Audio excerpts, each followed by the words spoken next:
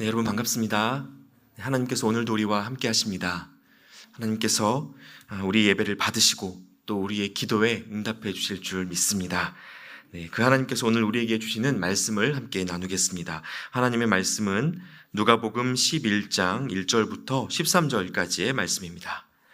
누가복음 11장 1절부터 13절까지의 말씀을 저와 여러분이 함께 교독하시겠습니다. 예수께서 한 곳에서 기도하시고 마치심에 제자 중 하나가 여짜오되 주여, 요한이 자기 제자들에게 기도를 가르친 것과 같이 우리에게도 가르쳐 주옵소서.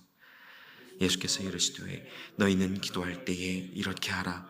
아버지여, 이름이 거룩히 여김을 받으시오며 나라가 임하시오며 우리에게 날마다 일용할 양식을 주시옵고 우리가 우리에게 죄 지은 자를 용서하오니 우리 죄도 사하여 주시옵고 우리를 시험에 들게 하지 마시옵소서 하라. 또 이르시되 너희 중에 누가 벗이 있는데 밤중에 그에게 가서 말하기를 벗이여 떡 세 덩이를 내게 구워달라. 내 벗이 여행 중에 내게 왔으나 내가 먹일 것이 없노라 하면 그가 안에서 대답하여 이르되 나를 괴롭게 하지 말라. 문이 이미 닫혔고 아이들이 나와 함께 침실에 누웠으니 일어나 내게 줄 수가 없노라 하겠느냐. 내가 너희에게 말하노니 비록 벗됨으로 인하여서는 일어나서 주지 아니할지라도 그 간청함을 인하여 일어나 그 요구대로 주리라. 내가 또 너희에게 이르노니 구하라 그러면 너희에게 주실 것이요 찾으라 그러면 찾아낼 것이요 문을 두드리라 그러면 너희에게 열릴 것이니 구하는 이마다 받을 것이요 찾는 이는 찾아낼 것이요 두드리는 이에게는 열릴 것이니라. 너희 중에 아버지 된 자로서 누가 아들이 생선을 달라 하는데 생선 대신에 뱀을 주며 알을 달라 하는데 전갈을 주겠느냐. 너희가 악할지라도 좋은 것을 자식에게 줄 알거든 하물며 너희 하늘 아버지께서 구하는 자에게 성령을 주시지 않겠느냐 하시니라. 아멘. 네, 여러분, 저희가 최근 이 매일 주심 기도회를 통해서 일용할 양식의 이 시편 본문들을 가지고 기도에 대한 묵상들을 이어가고 있습니다. 그래서 오늘은 특별히 이 기도에 대하여 주님께서 주셨던 교훈들에 대하여 나눌 수 있는 기회가 되면 좋겠다는 생각이 들었습니다. 그래서 누가복음 11장 주기도문에 관련된 말씀을 오늘 같이 한번 좀 살펴보고자 하는데요. 여러분, 먼저 복음서 본문의 배경이 이렇습니다. 예수님의 제자 중 한 사람이 나와서 예수님께 기도를 가르쳐 달라고 요청을 한 겁니다. 여러분은 기도 어떻게 하고 계십니까? 한간에 여러 가지 종류들의 기도들이 있죠. 침묵 기도, 통성 기도, 그리고 방언 기도 등등 여러 가지 기도의 형태들이 있습니다. 묵주를 들고 수시로 기도하는 카톨릭도 있고 또 메카를 향해서 정해진 시간에 엎드려 기도하는 이슬람교도들의 전통적인 기도 생활도 있습니다. 물론 요즘 이 개혁교회 안에서 신앙생활하는 분들에게 방언 기도가 들리면 좀 어색하게 느껴지는 그런 분위기도 좀 있는 것 같고요. 대부분의 성도들이 그래도 공통적으로 몸담고 있는 기도 생활을 꼽으라면 대표적으로 식기도 정도가 있는 것 같습니다. 요즘은 그마저도 하나님이 다 아신다라는 그 믿음으로 잘 안 하는 추세인 것 같기도 합니다만, 그런데 여러분, 기도 안 하고 살아도 우리 인생이 별일 없이 사라지는 것 같지만 사실 그렇지가 않습니다.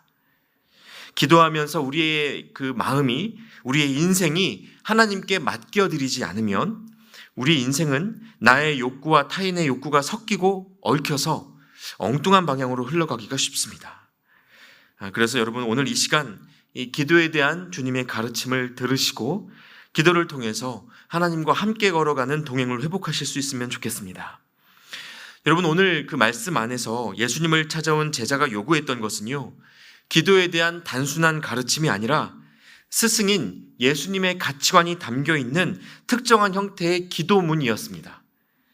왜냐하면 여러분, 당시 이 고대 유대에서는요, 메시아를 기다리는 종교 집단마다 저마다의 철학과 신학이 집대성된 각자의 기도문을 갖고 있었습니다. 누가복음 11장 1절에 기록된 것처럼 세례 요한의 제자들에게도 세례 요한의 사역, 세례 요한의 신학이 압축된 그 기도의 가르침을 하나의 문장으로 갖고 있었습니다. 그래서 예수님의 제자들도 예수님께 찾아와서 예수님의 삶과 사역을 녹여낸 그 문장들을 하나의 기도문으로 받아서 기억하고자 했던 겁니다. 자, 주님이 그런 제자들에게 주셨던 기도문이 뭡니까? 바로 이 주기도문입니다. 올바른 기도의 표본이라고도 할 수 있죠. 말씀드린 대로 여기에는 예수님의 철학과 신학, 그리고 예수님이 행하셨던 사역의 핵심 원리들이 다 담겨져 있습니다. 자, 먼저 그 기도의 시작, 그 전제에 대해서 좀 살펴보겠습니다. 누가복음 11장 2절에서 주기도문은 이렇게 시작합니다. 예수께서 이르시되 너희는 기도할 때에 이렇게 기도하라. 아버지여 라고 시작합니다. 자, 첫 마디가 뭡니까? 아버지여 라고 시작합니다. 여러분, 창조주 하나님을 향해서 아빠라고 부를 수 있는 관계의 형성이 예수님이 가르쳐 주셨던 기도의 시작이라는 것입니다. 이 호칭이 별것 아닌 것 같지만 조금만 생각해봐도 굉장히 충격적인 호칭입니다. 2000년 전에 유대인들이 왜 예수님을 십자가에 못 박았습니까? 여러분, 여러 가지 이유가 있겠지만요, 결정적으로 하나님을 아빠라고 불렀기 때문입니다. 한 사람을 가장 비참한 방식의 죽음으로 내몰 만큼 결정적인, 충격적인 호칭이란 말입니다. 여러분은 천지 만물을 지으신 창조주 하나님이 저와 여러분의 아빠라는 사실이 믿어지십니까? 혹시 시아버지나 양아버지 정도로 생각하고 계시지는 않는지 우리의 마음의 중심을 한번 돌아볼 필요가 있습니다. 세계 최고의 축구 스타인 이 메시와 호나우두가 있죠. 그들에게도 아들이 있다고 합니다. 그런데 그 아이들을 보면서 사람들이 이런 말을 합니다. 태어나 보니 아빠가 메시더라. 태어나 보니 아빠가 호나우두더라. 여러분, 이게 무슨 뜻입니까? 걱정할 게 없다는 뜻입니다. 그런데 하나님께서 우리에게 말씀하시기를 내가 너희의 아버지다라고 말씀하신다는 겁니다. 여러분, 이것만 믿어도 우리의 신앙은 달라집니다. 하나님을 아버지라고 부를 수 있는 것이 원래부터 허락된 일이 아니었습니다. 선지서 중에 이 첫 번째 소선지서인 호세아를 보시면요, 구약시대의 말미에 끝까지 하나님의 마음에 관심 갖지 않고 자기 마음대로 살아가던 이 백성들에게 하나님께서 상처를 받으시고 그 마음이 상했던 적이 있었습니다. 그래서 하나님 마음을 알아줄 수 있는 한 사람의 선지자, 즉 호세아라는 사람을 부르셔서는요, 이렇게 명령하셨습니다. 호세아야, 너 가서 음란한 여인과 결혼하여 음란한 자식들을 낳아라. 하나님이 주신 명령이라고는 믿겨지지 않는, 말도 안 되는 이런 명령을 주셨습니다. 왜 이런 명령을 주셨습니까? 하나님이 이스라엘 백성을 사랑하시고 사람들을 사랑하시는 그 마음이 다른 남자에게 마음 팔려 돌아오지 않는 여인을 사랑하는 것과 같았다라고 하나님이 느끼셨기 때문입니다. 호세아 선지자에게 너도 그렇게 결혼해서 내 마음 좀 같이 알아달라고 그 잔인한 부탁을 하신 거죠. 그래서 호세아가 어떻게 합니까? 음란하기로 소문난 고멜이라는 여인을 아내로 맞아서 아들과 딸과 아들, 이렇게 자녀 셋을 낳습니다. 그런데 하나님께서요, 이 아이들의 이름도 지어주시는데 그 이름의 의미가 차마 부를 수가 없는 이름이었습니다. 첫째 아들 이름 이스라엘이 아니고 이스르엘, 하나님께서 흩어버리신다라는 뜻입니다. 둘째 딸 이름은요, 로루아마, 긍휼히 여김을 받지 못하는 자, 불쌍히 여김을 받지 못하는 자, 내쳐진 자, 이런 뜻입니다. 그리고 막내 아들 이름은 로암미, 내 백성이 아니다, 바꿔 말하면 내 아들 아니다. 이게 그 세 자녀의 이름이었습니다. 여러분, 자식 이름을 이렇게 지으면요, 그 진짜 아빠가 아닐 확률이 높죠. 실제로도 하나님이 호세아의 자녀들 이름을 이렇게 지어주신 이유는요, 더 이상 내가 이스라엘 백성들의 아버지라고 불리고 싶지 않다라는 그 하나님 마음에 상처가 있으셨기 때문입니다. 이스라엘 백성들이 하나님을 찾지도 않고 부르지도 않고 마치 하나님이 없는 것처럼 살아가고 있는 그 모습을 하나님이 더 이상 두고 보실 수가 없었던 겁니다. 그런데 여러분, 호세아서의 결론이 이런 비극으로만 끝나지는 않았습니다. 호세아서 1장 10절 말씀을 같이 한번 좀 읽어보시겠습니다. 그러나 이스라엘 자손의 수가 바닷가의 모래같이 되어서 헤아릴 수도 없고 셀 수도 없을 것이며 전에 그들에게 이르기를 너희는 내 백성이 아니라 한 그곳에서 그들에게 이르기를 너희는 살아계신 하나님의 아들들이라 할 것이라. 아멘. 내 백성이 아니라고 했던 그곳, 버림받았구나 싶었던 그 자리, 다시 말해 나의 죄로 인하여 하나님의 아픔을 보고 심판을 선고받은 그 자리에서 다시 하나님의 아들들이라고 불리게 될 것이라는 그 회복과 역전이 있을 거라는 말씀을 하나님이 주셨습니다. 여러분, 하나님은 그런 분입니다. 우리를 향한 사랑을 멈추지를 못하시는 분이세요. 우리가 어떤 끝에 다다르면 반드시 거기에서 다시 시작하게 하시는 것이 하나님이십니다. 팬인가 제자인가라는 아주 유명한 책이 있는데, 여러분, 이 책을 쓴 카일 아이들먼 목사님이 두 번째 책을 내셨는데요, 그 책 제목이 이렇습니다. 나의 끝, 예수의 시작. 여러분, 하나님은 이 책 제목처럼 우리의 회개를 용서로 바꾸시고 우리의 죽음을 부활로 바꾸시는 분이십니다. 성경은요, 이걸 경험한 사람들이 써내려온 역사로 가득하죠. 여러분, 신약시대에 와서 제자들의 삶을 생각해 보십시오. 그 중에서도 수제자라고 불렸던 베드로가 여러분 예수님을 부인하고 욕하면서 업으로 돌아가고 힘없이 그물을 내리며 살던 중에 그가 나는 끝났다라는 절망 중에 있을 그때에 부활하신 예수님이 그 베드로를 다시 찾아와 주셨습니다. 베드로서가 제자로서는 철저히 실패했는데 그제서야 주님이 베드로 인생의 주인이 되어 주셨다는 말입니다. 그래서 여러분, 이 골고다 언덕과 디베랴 바닷가를 기억하는 사람에게는 실패가 없다라는 말이 있습니다. 베드로가 예수님을 부인하면서 나는 예수님을 따를 자격이 없구나, 나는 하나님을 아버지라 부를 자격이 없구나라는 사실을 처절하게 확인했던 그 골고다 언덕에서의 일과, 그럼에도 불구하고 부활하신 예수님이 베드로를 다시 찾아주셨던 그 디베랴 바닷가에서의 만남을 기억하는 한 우리가 직면한 어떤 끝도 어떤 실패와 절망도 우리를 완전히 무너뜨릴 수는 없다는 말입니다. 그러므로 여러분, 우리가 하나님께 기도할 때 하나님을 아버지라고 부르며 기도를 시작할 수 있게 된 것이 얼마나 감당할 수 없는 은혜인지 기억하실 수 있길 바랍니다. 하나님이 호세아 선지자에게 음란한 여인과 결혼하여 음란한 자녀를 낳으라는 이 말도 안 되는 명령을 주셨지만, 하나님은 이 일을 통해 하나님을 아빠라고 부를 수 있는 관계의 회복이 얼마나 깊고 놀라운 은혜인지를 역설적으로 깨닫게 해주셨습니다. 호세아의 세 자녀인 이스라엘, 로암미가 다시 하나님을 아버지라고 부르게 됐을 때, 그리고 축복이 담긴 새 이름을 얻었을 때 그 마음이 어땠을지 생각해 봐야 하는 것이죠. 여러분, 아시는 분 중에 사랑의 원자탄이라는 별명을 갖고 계셨던 손양원 목사님이라는 분이 계십니다. 아마 다들 알고 계실 것 같은데요, 자신의 두 아들을 죽인 이 양아들을 죽인 원수를 자신의 양아들로 삼아서 많은 사람들에게 충격을 안겨주었던 분이었습니다. 그리스도의 사랑이 아니면 불가능한 이 일로 인해서 사랑의 원자탄이라는 별명을 갖게 되셨습니다. 이전에 제가 이 기회가 되어서 이 손양원 목사님의 양손자, 그러니까 이 손양원 목사님의 두 아들을 죽이고 양아들이 된 그 공산당의 아들이시죠. 그 아드님을 제가 만나서 같이 동역했던 적이 있었는데요, 그분도 지금 목사님이십니다. 그런데 이분이 돌아가신 손양원 목사님, 그분의 양 할아버지가 되시는 분인데, 손양원 목사님이 묘 앞에 섰을 때를 회상하면서 이렇게 말씀하시더라고요. 제가 도망치고 싶었다라고 얘기를 하시더라고요. 손양원 목사님의 원수였던 자기 아버지가, 그리고 원수의 아들인 자기가 어떻게 그분께 자녀로 받아들여질 수 있는지 너무 부끄럽고 그 사랑의 크기가 감당이 안 돼서 고개를 들 수가 없더랍니다. 여러분, 이것이 하나님을 아버지라고 부르게 된 그리스도인들이 마땅히 가지고 있는 마음입니다.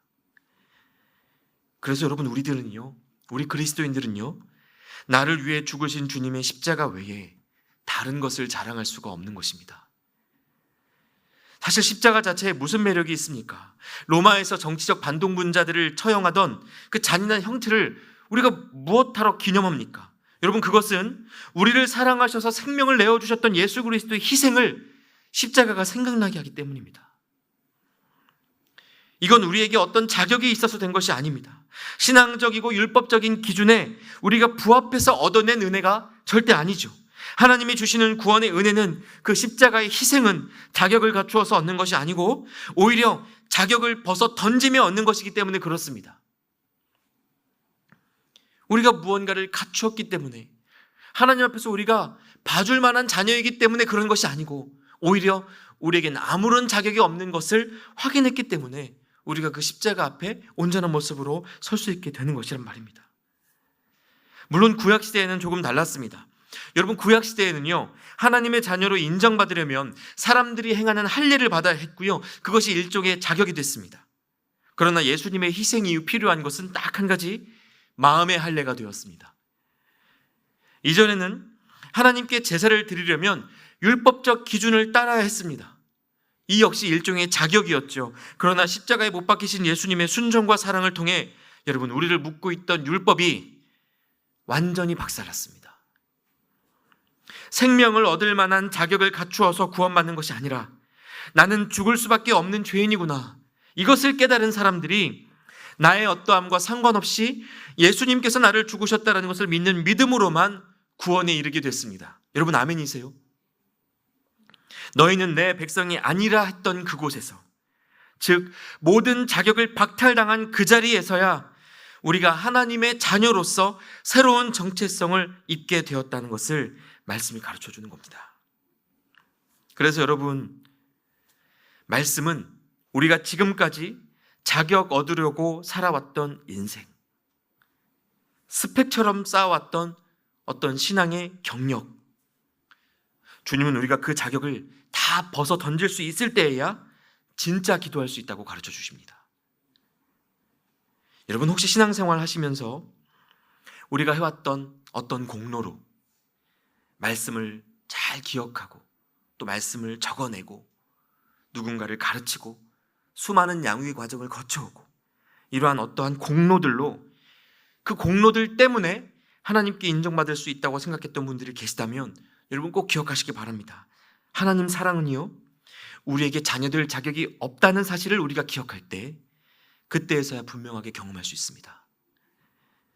나의 지혜로 안 되고 나의 힘으로 안 된다는 것을 깨달을수록, 나의 신앙의 연륜과 나의 신앙의 직분으로 할 수 있는 것이 아니라는 것을 깨달을수록 우리 신앙은 제자리를 찾아갑니다.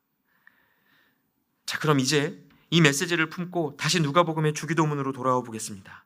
창조주 하나님이 우리의 아버지가 되어주셨고 우리에게 자격이 있어서가 아니라 철저히 하나님의 은혜로 그 일이 이루어졌다면, 자, 그 정도로 하나님이 우리를 사랑하시고 지금도 일하고 계신다면 여러분, 이제 우리는 무슨 기도를 들을 수 있겠습니까? 우리는 어떤 기도를 해야겠습니까? 이제 누가복음의 그 주기도문에서 아버지여라는 호칭 뒤에 이어지는 내용들을 빠르게 한번 훑어보실 텐데요, 하나님의 자녀가 된 이들이 무엇을 위해 기도하는지 알 수 있습니다. 먼저 누가복음 11장 2절입니다. 아까 읽었던 말씀이신데 다시 한번 좀 보시겠습니다. 예수께서 이르시되 너희는 기도할 때에 이렇게 하라. 아버지여, 이름이 거룩히 여김을 받으시오며 나라가 임하시오며. 자, 하나님을 아버지라 부른 이후에 이어지는 첫 번째 기도가 뭡니까? 아버지의 이름이 거룩히 여김을 받으시고 나라가 임하시기를 기도합니다. 여러분, 이건 하나님의 통치와 다스림이 있는 하나님 나라를 이루기 위한 기도입니다. 모두가 자기 자신을 주인 삼는 이 시대에 하나님이 주인 되시는 문화가 세워지기를 추구하는 겁니다. 그래서 나는 누구이며 내게 무엇이 필요한가를 구하는 것이 아니라 하나님은 누구시며 하나님이 지금 하고 계시는 일은 무엇인가, 이것에 대한 관심을 갖는 것, 그것이 주님이 가르쳐 주신 기도의 시작이 된다는 것입니다. 물론 그렇다고 해서 우리가 필요한 것 가지고 기도하지 말자는 것은 아닙니다. 그런 기도도 3절 말씀에 있습니다. 3절에 보시면 우리에게 날마다 일용할 양식을 주시옵고, 자, 이렇게 기도합니다. 조금 우리에게 편안하고 익숙한 기도죠. 달라는 기도, 그 중에서도 먹을 것 달라는 기도입니다. 그런데 여러분, 여기에서 날마다 일용할 양식이라는 말의 의미를 잘 이해하셔야 됩니다.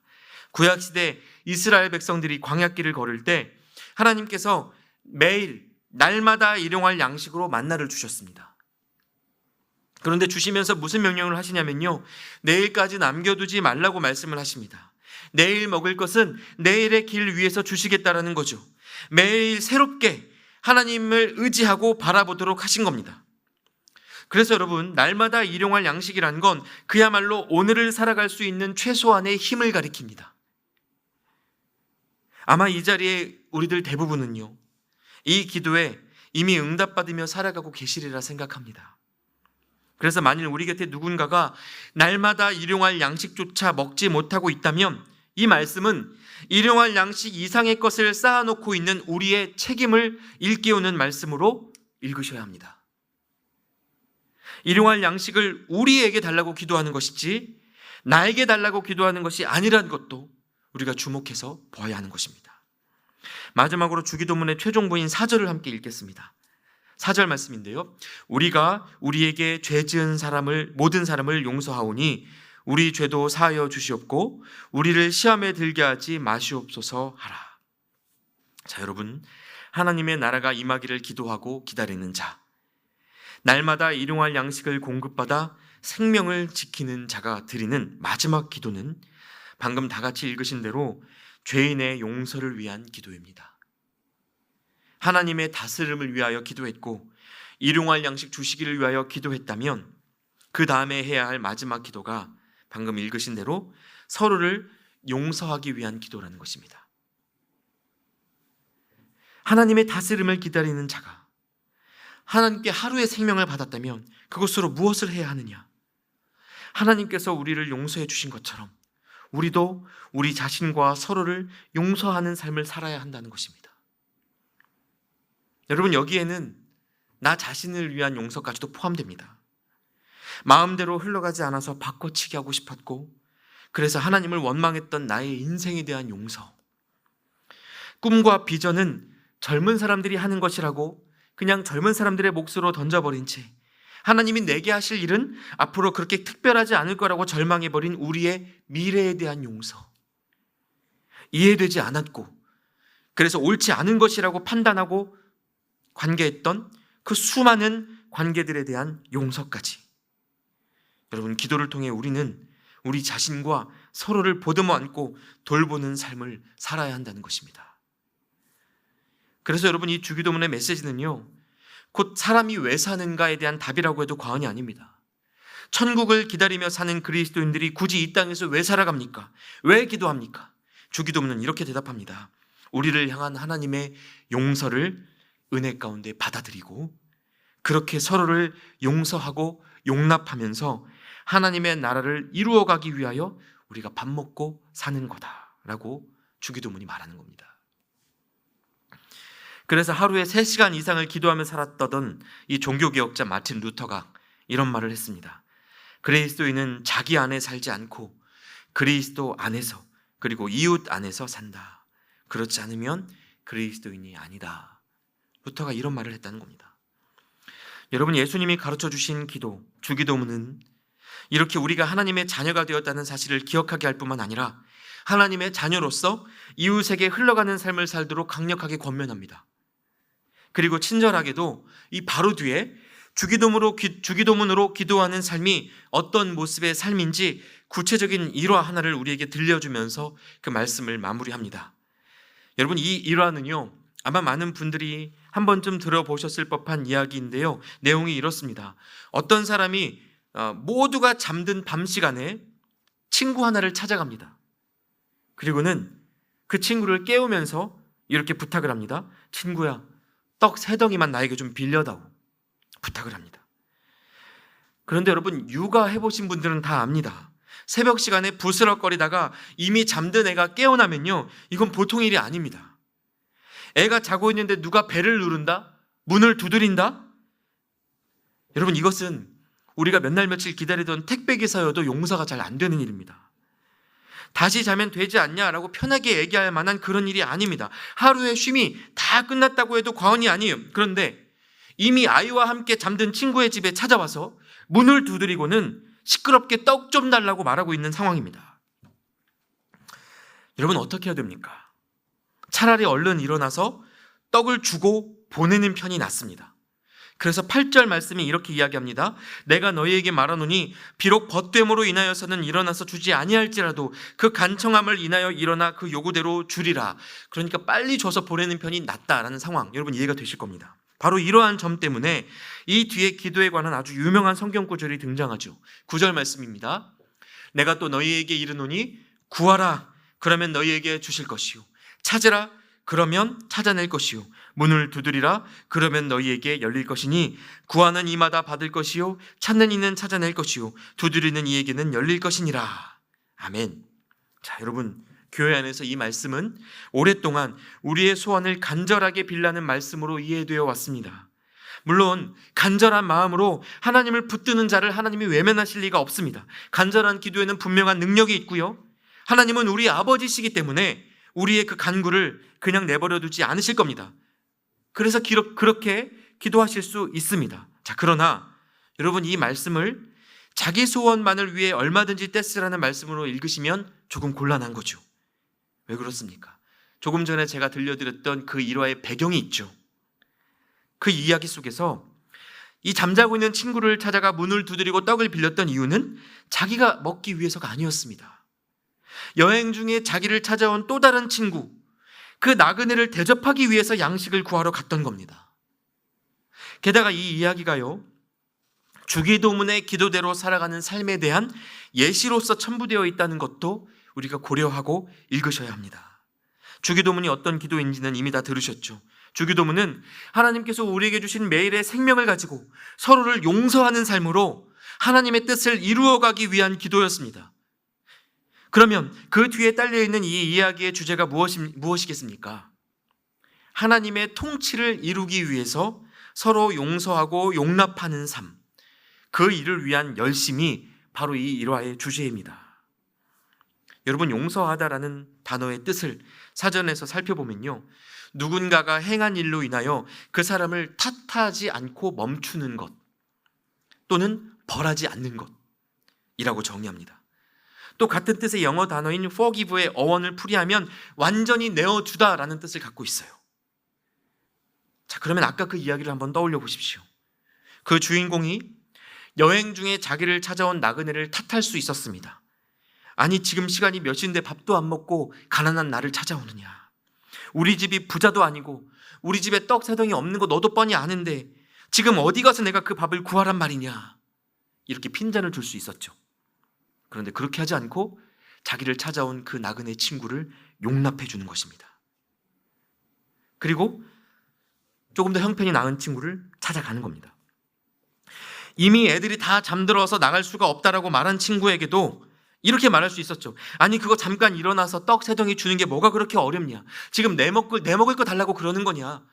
같이 우리 집 찾아온 이웃 섬기자고 하는 건데 그거 뭐가 그렇게 어렵냐. 그냥 달라는 것도 아니고 빌려달라는데, 갚겠다는데, 먹을 것 있다고 조금 유세를 피는 거냐. 뭐 이렇게 말할 수도 있겠죠. 얼마든지 이렇게 말할 수도 있었습니다.